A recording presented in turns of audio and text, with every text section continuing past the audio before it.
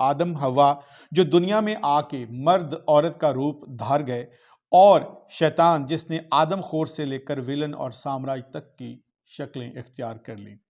دنیا کی ساری تاریخ ان کے کرداروں سے جڑی ہوئی ہیں، اور دنیا کی ساری تاریخ ایک اور تثلیث سے جڑی ہوئی ہے، روٹی، کپڑا اور مکان، یعنی سوشلزم کا جو نعرہ ہے۔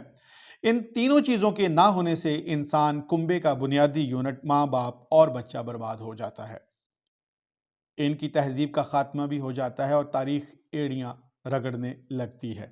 یہ تینوں اشیاء ضروری ہیں اسی ترتیب سے: روٹی، کپڑا اور مکان۔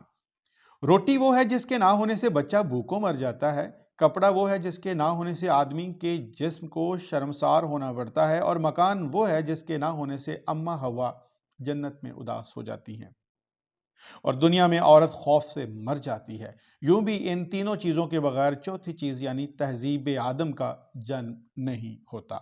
بھوکے پیٹ، ننگے بدن اور بغیر چھت کے سر لے کر کوئی تصویریں بنا سکتا ہے، نہ کہانی سوچ سکتا ہے، کچھ ایجاد بھی نہیں کر سکتا۔ ہر جگہ انسان نے روٹی پہلے تلاش کی، چراغ بعد میں بنایا۔ روٹی، کپڑا اور مکان انسان کی سیاست بھی ہے، ثقافت بھی، سائنس بھی اور گیان بھی۔